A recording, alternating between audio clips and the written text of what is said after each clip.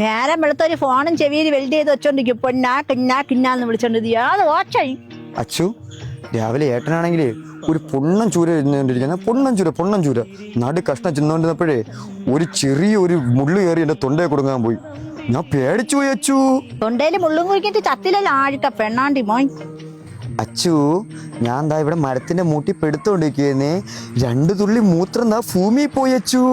ഭൂമിയിൽ ഇരുന്നെങ്കിൽ നിന്റെ അച്ഛൻ്റെ കൂടെ ഒരു ചിരട്ട എടുത്ത് വെച്ച് കീഴയിൽ പിടിച്ചോണ്ടിരിക്കാൻ പറയടാ.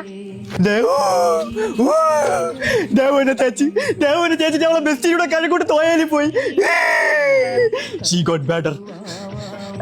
അടുത്ത അക്കച്ചിറ്റു വന്നപ്പോ പട്ടി കരയണേന്നും കഴിപ്പണക്കേടാറ്റല്ലേ കരയണം. അമ്പ് ആണുങ്ങളെ വിളയും കൂടെ കളയാൻ. ഇനിയെങ്കിലും പറയണ ഞാനാണ് കുറ്റക്കാരൻ. ഹലോ ദേവു ചേട്ടാ, അത് ജസ്റ്റ് ഫ്രഷപ്പ് അല്ലേ ചേട്ടാ?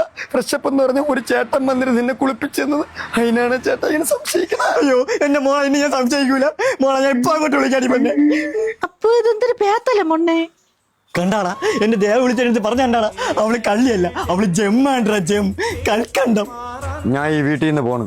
അച്ചു പറഞ്ഞ് ഗേൾസുമായിട്ടുള്ള സമ്പർക്കം വേണ്ടെന്ന്. അതുകൊണ്ട് അമ്മയോട് എനിക്ക് ഇനി മിണ്ടാൻ പറ്റില്ല. വീടും വെച്ചിട്ടേ ഇനി വരുള്ളൂ. ബൈ. അതിനെ കുറിച്ച് ചിന്തിച്ച സമയത്ത് ചാമ്പലപ്പുറത്ത് കുറച്ച് വെള്ളം തൂറ്റി കളഞ്ഞാൽ മതിയായിരുന്നു.